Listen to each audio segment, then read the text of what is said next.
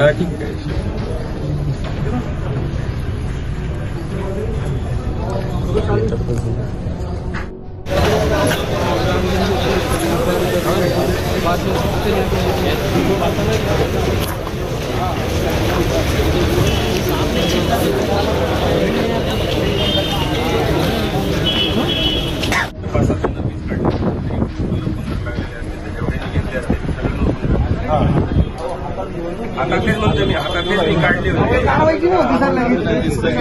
SP साहेबांशी आमची चर्चा झाली.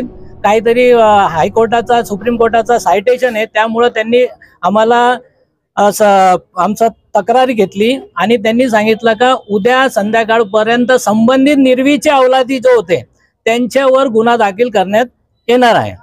आणि हे जे सगळं प्रकार चालू आहे, फक्त त्यांना असं वाटतंय की कुठंतरी मुस्लिम समाजाला डिवचायचं आणि मुस्लिम समाज रस्त्यावर उचलन.